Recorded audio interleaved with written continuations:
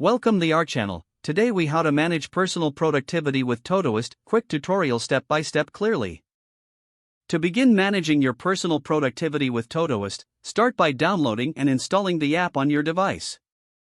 Once installed, open Todoist and create an account if you don't already have one.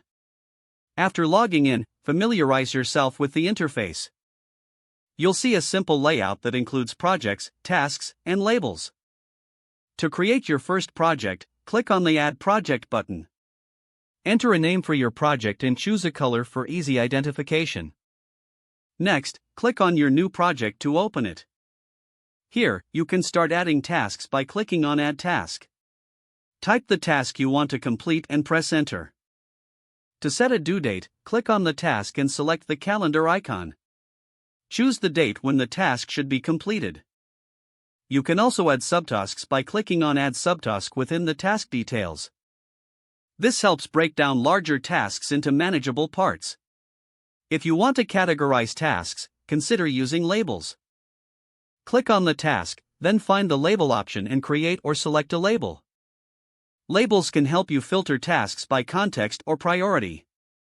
To prioritize your tasks, use the priority feature available in the task options. Select one of 4 priority levels to signify importance. To view tasks for a specific project, click on the project name in the sidebar. For a greater overview of your productivity, use the Today view to see tasks due today. You can also check the upcoming view for tasks scheduled in the near future. For daily and weekly planning, dedicate time to review and update your tasks. This will help you adjust priorities and deadlines as needed. Regularly reflecting on your task list can greatly enhance your productivity.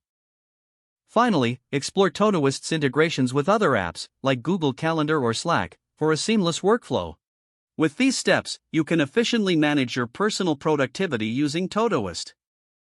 If the page does not load, refresh the browser or try again in a private or incognito window. Make sure you are using the correct email address, then retype it carefully to avoid small typos. If your password is not accepted, use the reset option and create a new strong password you can remember. Don't forget to like this video and subscribe to our channel for more step-by-step tech guides.